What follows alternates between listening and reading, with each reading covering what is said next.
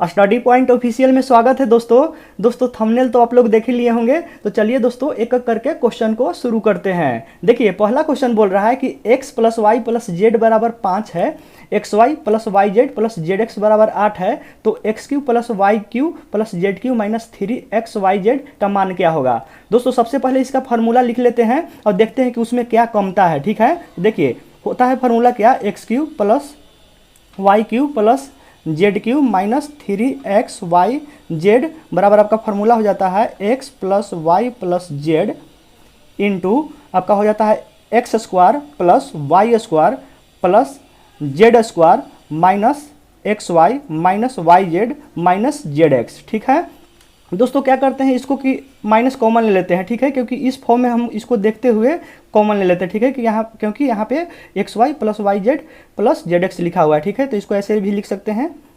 देखिए x plus y plus z into x square plus y square plus z square, और अगर minus इसमें common ले लेते हैं तो मेरा हो जाता है x y plus y z minus z x हो जाता है। ठीक है, प्लस जेड एक्स हो जाता है। ठीक है, अब देखिए दोस्तों, देखिए इसमें दिया हुआ क्या है, x plus y plus z तो दिया हुआ है मेरा मान, तो इसको तो निकालने की जरूरत नहीं है। X y plus y z plus z x.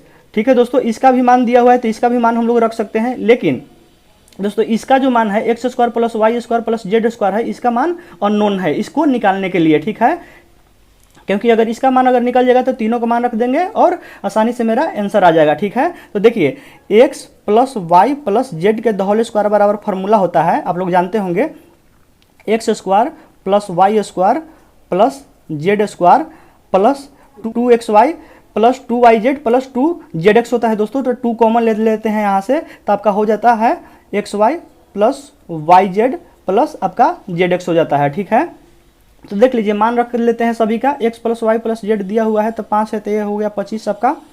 यहाँ से इसका तो मान निकालना ही है, तो इसको जो कहते हैं लिख देते हैं प्लस 2, इसका मान हमको मालूम है कितना 8 दिए हुए हैं, तो 8 यहाँ पे लिख दिए।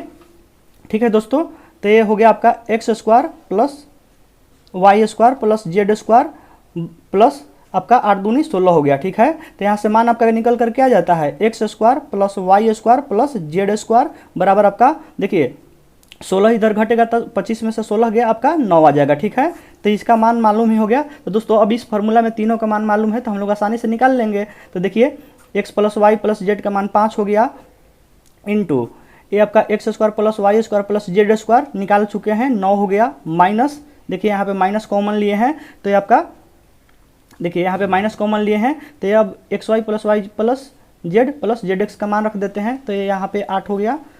तब देखिए 5 गुने 1 हो गया आपका। तो दोस्तों आपका करेक्ट आंसर क्या हो गया, आपका 5 जो है आपका करेक्ट आंसर हो गया। उम्मीद करते हैं दोस्तों इसको अच्छे से समझ गए होंगे। सीधे दोस्तों फार्मूला आप लिखिएगा और जिसको अननोन रहेगा उसको निकाल लीजिएगा। जैसे ही यहाँ पे दिखा दोस्तों कि x square plus y square plus z square निकालना है, दोस्तों दिमाग काम कर गया कि ये दोनों तो ये तो मालूम ही है और ये भी हमको मालूम है, तो इस फार्मूला में होता ही है ये, और ये चीज़ निकालना है तो इस फार्मूला में ये भी होता है, तो यहाँ से हम लोग आसानी से निकाल लेंगे। ठीक है, तो दोस्तों उम्मीद करते हैं इसको अच्छे से समझ गए होंगे। चलिए अगला क्वेश्चन देखते हैं। देखिए दोस्तों, देखिए इस क्वेश्चन में जो है ये तो क्वेश्चन आसानी है, लेकिन इसमें कन्फ्यूजन होने के चांसेस ज़्यादा रहता है क्योंकि ऑप्शन ऐसा ही दिया हुआ रहता है। तो देखिए कन्फ्यूजन ना हो इसके लिए क्या करेंगे हम लोग कि देखिए रूट इसको लिख लीजिए, जो कहते हैं 91 गुने 11 लिख लेते हैं। ठीक है, देखिए 2 शून्य और 2 शून्य, तो एक पर 4 शून्य हो गया। ठीक है, अब बट्टे गुने लिख लीजिए, 91 लिख लीजिए और गुने आपका 1331 लिख लीजिए। ठीक है, और देखिए 1 शून्य इसके जगह पर और 3 शून्य, तो 4 शून्य हो गया, तो 4 शून्य कहाँ जाएगा, ऊपर जाएगा, तो आपका 4 शून्य लिख दीजिए। ठीक है, 4 शून्य से 4 शून्य कट गया, आपका 91 से 91 कट गया। ठीक है दोस्तों, 11 से आप काटेंगे तो ये 11 हो गया, 11 दूनी आपका 22 हो गया, और ये आपका 1 के 1 हो गया। ठीक है, तो उम्मीद करते हैं दोस्तों इसको आप लोग समझ रहे होंगे अच्छे से। 1 बटे आपका 121 हो गया, और 1 बटे 121, तो 1 का वर्गमूल 1 हो गया आपका 121 का, यहाँ से 11 हो गया। तो दोस्तों 1 बटे आपका 11 है, कैसा से हो जाता है दोस्तों, तो 1 बटे 11 जो है आपका करेक्ट आंसर हो जाएगा। ठीक है, ऐसे दोस्तों आप लोग बनाएंगे ना तो शून्य वाला गड़बड़ होने का चांसेस बहुत कम रहेगा। ठीक है, क्योंकि दोस्तों वहाँ पे बहुत कम समय रहता है, एग्जाम हॉल में हड़बड़ करते रहते हैं। ठीक है, तो ऐसे आप लोग लिख के बनाएंगे तो बिल्कुल गलत होने का चांसेस नहीं रहेगा। ठीक है, चलिए दोस्तों अगला क्वेश्चन देखते हैं। देखिए दोस्तों एक क्वेश्चन पूछा था एग्जाम में मेरा, देखिए लिखा है कि -35x प्लस 35y प्लस 4 बराबर 0 का ढाल कितना होगा। ठीक है दोस्तों, तो देखिए ढाल समझने के लिए इसको तो बहुत आसानी से ही बन जाता है, लेकिन थोड़ा सा समझ लीजिए। देखिए जैसे मान लें कि प्रथम घात का समीकरण रहेगा x, मान लें कि ax plus by plus c बराबर 4, इस फॉर्म में कोई समीकरण दोस्तों रहेगा, प्रथम घात के है ना, क्योंकि अगर दो रहता तो ये द्वितीय इक्वेशन हो जाता, तो वो नहीं होना चाहिए। ठीक है, प्रथम घात के लिए ये लागू होता है। ठीक है, यहाँ पर शून्य नहीं है, केवल ax है, by है, प्लस c बराबर अगर 0 रहे तो दोस्तों इसका ढाल बराबर आपका हो जाता है, देखिए ढाल, जिसको हम m से डिनोट करते हैं। ठीक है, m से दोस्तों डिनोट करते हैं, तो आपका m बराबर हो जाएगा, देखिए माइनस आपका a बाई बी हो जाता है दोस्तों, माइनस a बाई बी हो जाता है। ठीक है, और इसको प्रवणता भी बोलते हैं। ठीक है, इसको प्रवणता भी बोलते हैं ढाल को। ठीक है, तो आप ये भी याद रखेंगे। तो देख लीजिए कितना आसान है दोस्तों, केवल अगर थोड़ा सा के लिए ही है, लेकिन अगर इसका कॉन्सेप्ट मालूम ना हो तो आपको एग्जाम हॉल में स्किप करना पड़ सकता है क्वेश्चन को। ठीक है, तो -a बाई दोस्तों b कर दीजिए, तो आपका हो जाएगा, देखिए ये आपका क्या हो जाएगा, माइनस तो आपका फार्मूले में हो गया। अब a के जगह पर कितना है आपका, a के जगह पर -35 है, तो -35 आप लिख दीजिए।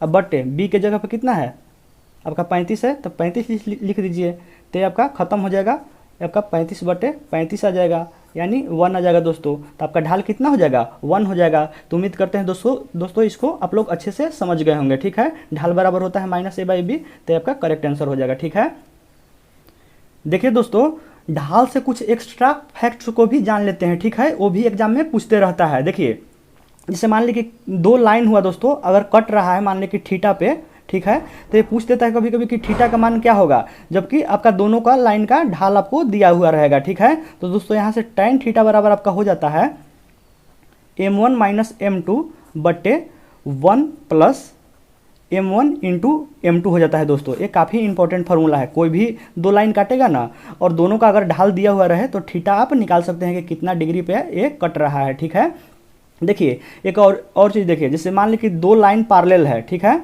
और इसका ढाल अगर m1 होता है और इसका ढाल अगर m2 है, तो दोस्तों क्या होता है ना कि अगर ये दोनों अगर पैरेलल हो तो आपका दोस्तों ढाल जो हो जाता है वो आपका बराबर हो जाता है। ठीक है, m1 बराबर m2 हो जाता है। ठीक है, समानांतर अगर लाइन रहेगा तो आपका ढाल इक्वल हो जाता है। ठीक है, और एक चीज़ और समझिए इसमें, देखिए अगर मान ली कि ये लंबवत है, इसका m1 ढाल है और इसका m2 ढाल है। ठीक है, कभी कभी दोस्तों दे देता है, जैसे मान ली कि एगो को दे दिया कि m2 बराबर आपका 4 है, m1 बराबर आपका दे दिया कि x है। ठीक है, तो पूछ दिया कि x का मान क्या होगा, तो देखिए दोस्तों अगर लंबवत रहेगा 90 डिग्री रहेगा दोनों, तो इसका होता है m1 गुने m2, दोनों ढालों का गुणनफल जो होता है वो -1 होता है। ठीक है, तो इस फार्मूला से आप लोग आसानी से निकाल लीजिएगा। ठीक है, उम्मीद करते हैं इसको भी आप लोग अच्छे से समझ गए होंगे। देखिए बोल रहा है अगला क्वेश्चन कि एक घनाभ की लंबाई, चौड़ाई और ऊंचाई क्रमशः 3 सेंटीमीटर, 4 सेंटीमीटर और 4 सेंटीमीटर, तो 2 सेंटीमीटर वाले कितने घन बनाए जा सकते हैं। दोस्तों ये डिजिट जो है वो एग्जैक्ट यही था। ठीक है, क्योंकि दोस्तों ये मेरा फेज में पूछा हुआ था और डिजिट बिल्कुल याद है। ठीक है, यही था डिजिट। ठीक है, तो देखिए बोला है कि कितने घन बनाए जा सकते हैं, तो आसान है दोस्तों, क्या हो जाएगा आपका घनों की संख्या बराबर आपका हो जाएगा, घनों की संख्या बराबर आपका दोनों का आयतन से भाग दीजिए, बड़ा वाला घनाभ के आयतन में इसके आयतन से अगर एक को निकाल के भाग दे देंगे तो घनों का संख्या हो जाएगा।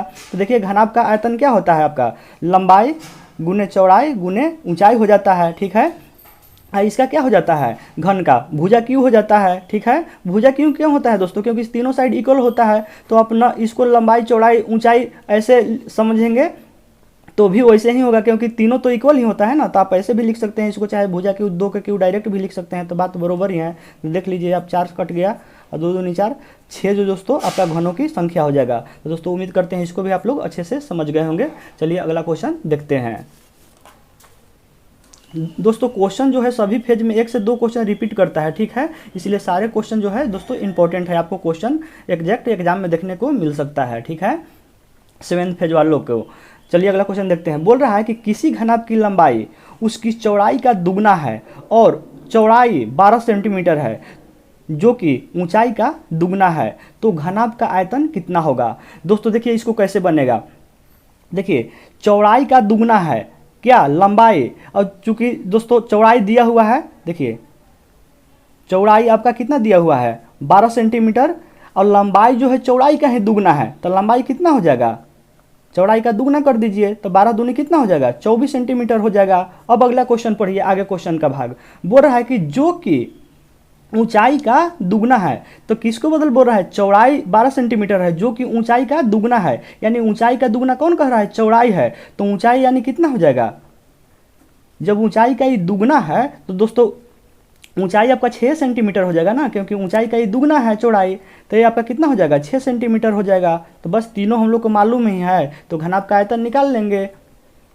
तो आपका घनाभ का आयतन बराबर क्या हो जाता है, लंबाई गुने चौड़ाई और गुने आपका ऊंचाई हो जाता है। तीनों को गुना कर दिए तो 12 गुने 24 गुने आपका 6 हो जाएगा, तो हो जाएगा आपका 12 छक 72 और गुने आपका 24 हो जाएगा। ठीक है दोस्तों, तो आप 72 में 24 से गुना कर दीजिए, ये हो गया आपका 4 दूनी 8 हो गया, और 7 चौक 28 हो जाएगा, और 72 दूनी आपका 144 हो जाएगा, तो ये आपका 8 हो गया, 8 4 12, 4 2 6 1 7 हो जाएगा, 1 हो जाएगा दोस्तों। ठीक है, तो आपका 1728 जो है सेंटीमीटर क्यूब आपका करेक्ट आंसर हो जाएगा। ठीक है दोस्तों, सेंटीमीटर क्यूब में आप लोग को गड़बड़ी नहीं ना होता है, क्योंकि आयतन है तो सेंटीमीटर क्यूब होगा, ऐसे रटिएगा नहीं। देखिए लंबाई चौड़ाई ऊंचाई है ना, तो तीनों में अगर सेंटीमीटर क्यूब लिखिएगा, जैसे 12 सेंटीमीटर क्यूब, 24 सेंटीमीटर क्यूब और 6 सेंटीमीटर क्यूब, ठीक है, तो तीनों को गुना करेंगे तो आपको सेंटीमीटर क्यूब ही हो जाएगा ना, जैसे ऐसे लिखते हैं ना, दुगुने दुगुने दो, तो 2 के पावर क्यू लिखते हैं इसको, तो वैसे ही तो सेंटीमीटर है सेंटीमीटर है सेंटीमीटर है मल्टीपल में, तो सेंटीमीटर क्यू पावर में डाल दिए। ठीक है, तो उम्मीद करते हैं दोस्तों ये सब बात आप समझते होंगे। चलिए अगला क्वेश्चन देखते हैं। देखिए बोल रहा है कि किसी बहुभुज में आंतरिक कोण और बाह्य कोण का अंतर 160 हो तो भुजाओं को संख्या क्या बताएं, क्या होगा। ठीक है, तो मान लेते हैं दोस्तों कि भुजाओं को जो संख्या होगा, भुजाओं का संख्या जो होगा वो आपका n है। ठीक है, तो देखिए तो अब n माने हैं तो इसका आंतरिक कोण कैसे निकलेगा, आपका आंतरिक कोण इसका हो जाएगा भुजाओं का, मतलब बहुभुज के आंतरिक कोण क्या हो जाएगा, तो आंतरिक कोण बराबर होता है n-2 बटे n गुने आपका 180 हो जाता है। और देखिए बाह्य कोण का अंतर बोल रहा है, तो बाह्य कोण कितना हो जाएगा 360 बटे n हो जाएगा। ठीक है, किसी भी बहुभुज का बाह्य कोण 360 बटे n होता है, और किसी भी बहुभुज का आंतरिक कोण आपका n-2 बटे n गुने 180 होता है। ठीक है, इसका अंतर चूंकि दिया हुआ है 160, तो 160 लिख दिया दोस्तों। देखिए अब क्या करेंगे, अब देखिए 180 बटे n कॉमन ले लीजिए, दोनों में दोस्तों 180 है तो कॉमन ले लिए, तो आपका ये हो गया n-2 हो गया, और यहाँ से आपका देख लीजिए यहाँ से आपका 2 हो गया। ठीक है, बराबर 160 हो गया। ठीक है, तो देखिए ये आपका 180 बटे n और n-4 बराबर 160 हो गया। अब इधर n लेके चले आते हैं तो इधर गुना भी करते जाते हैं, तो 180 n माइनस आपका 18 72 हो गया, बराबर ये हो जाएगा आपको 160 n। ठीक है, ये दोस्तों आन के घटेगा तो आपका 20 n बराबर आपका 720 हो जाएगा, ये आपका 0 से 0 कट जाएगा, n बराबर आपका 2 से 2 काटेंगे तो 36 दूनी 72 हो जाएगा। ठीक है, यानी दोस्तों आपका भुजाओं की जो संख्या हो जाएगा वो आपका 36 हो जाएगा। ठीक है, तो उम्मीद करते हैं दोस्तों इसको भी आप लोग अच्छे से समझ गए होंगे। चलिए दोस्तों अगला क्वेश्चन देखते हैं। देखिए दोस्तों अगला क्वेश्चन बोल रहा है कि sec theta minus tan theta बराबर 2 माइनस रूट 3, तो 1 माइनस 2 cos square theta plus 2 sine theta into cos theta का मान निकाले, यानी मान क्या दोस्तों होगा। ठीक है, तो देखिए दोस्तों ऐसे क्वेश्चन में सबसे पहले क्या हम लोग देखेंगे कि थीटा के किस मान के लिए इक्वल होता है। ठीक है, तो देखिए दोस्तों जैसे ही हमको एक क्वेश्चन मिला एग्जाम में तो हम क्या किए, देखिए हम देखें कि यहाँ पे tan का किस मान के लिए √3 होगा, क्योंकि इसका तो मान 2 होना चाहिए, तो इसको छोड़िए अभी, इसको देखें कि tan अगर 60 लेते हैं तो ये √3 मेरा मिल जाएगा, क्योंकि tan 60 आपका √3 होता है। अब दोस्तों देखें कि क्या थीटा के 60 के मान के लिए ये 2 आ जाता है, तो देखिए cos 60 कितना होता है, cos 60 1/2 होता है, cos 60 आपका कितना होता है 1/2 होता है, और cos के उल्टा क्या होता है सेक होता है, तो सेक 60 कितना हो जाएगा आपका 2 हो जाएगा। तो चूंकि हमको थीटा का मान यहाँ से क्लियर क्या हो गया कि थीटा का मान 60 होगा। ठीक है, क्योंकि आपका सेक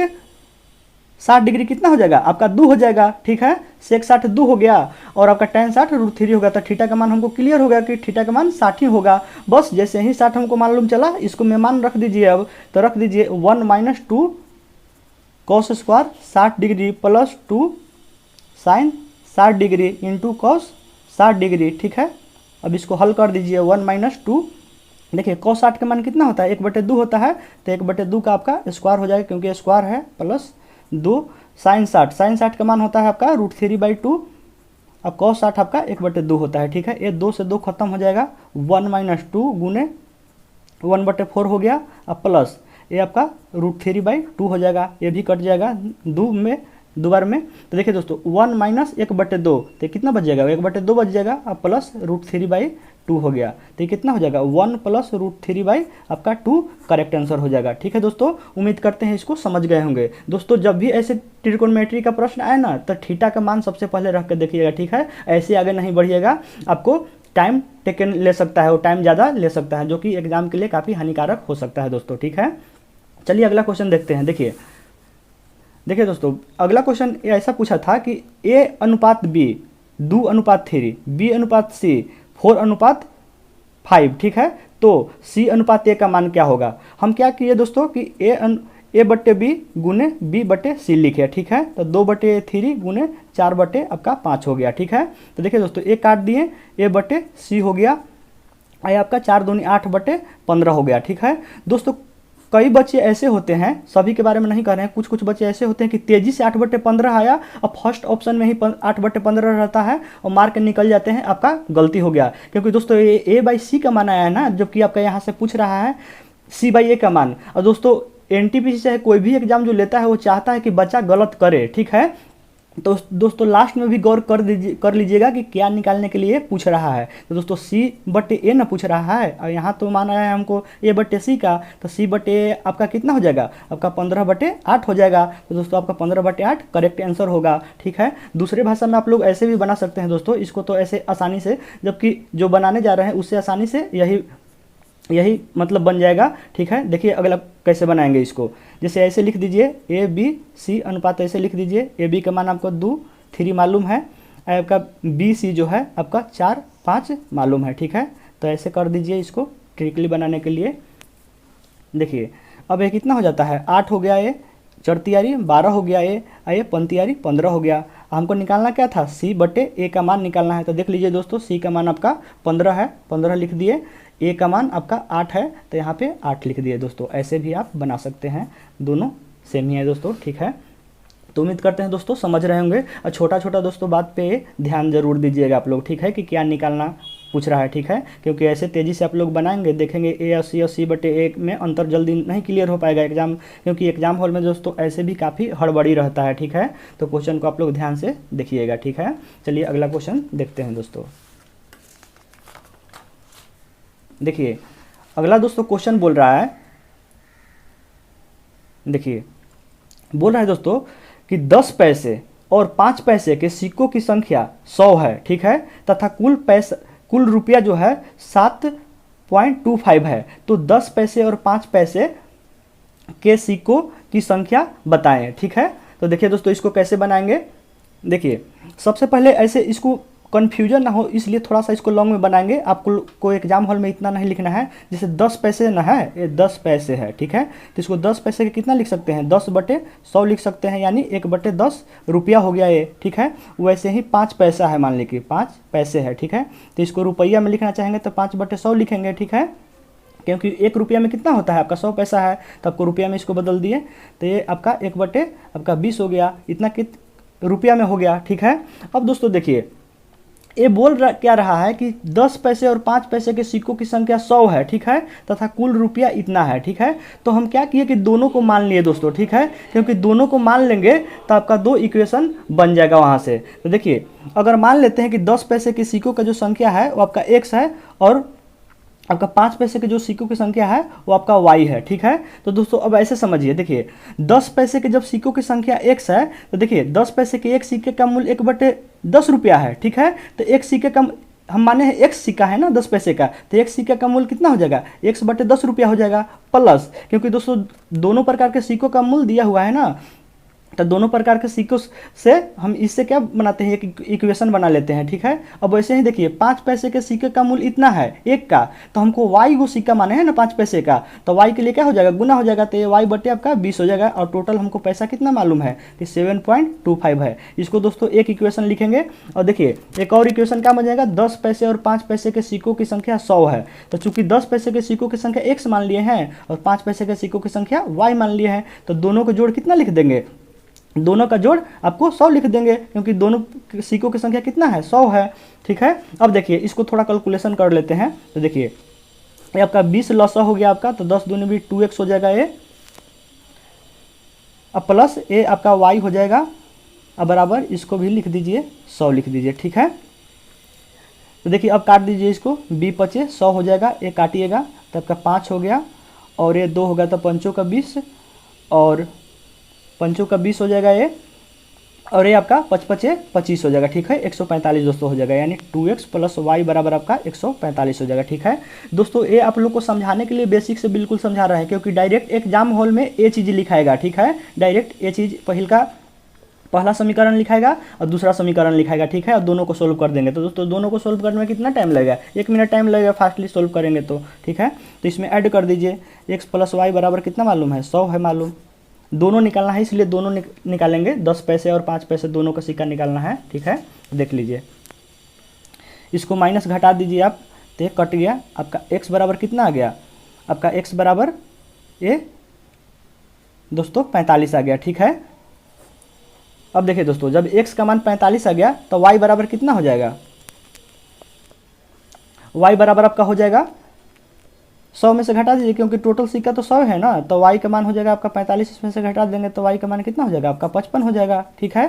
तो उम्मीद करते हैं दोस्तों इसको आप लोग अच्छे से समझ गए होंगे। देख लीजिए तो x किसको माने थे, देखिए x 10 पैसे के सिक्के की संख्या x माने थे, तो आपका 10 पैसे का जो सिक्का होगा 10 पैसे का जो सिक्का होगा वो 45 को होगा, और y माने थे आपका 5 पैसे का सिक्का, तो 5 पैसे का जो सिक्का होगा आपका वो 55 को हो जाएगा। तो दोस्तों उम्मीद करते हैं इसको भी आप लोग बहुत अच्छे से समझ गए होंगे, ठीक है। दोस्तों आप लोग को बेसिक से बिल्कुल बता रहे थे, ठीक है।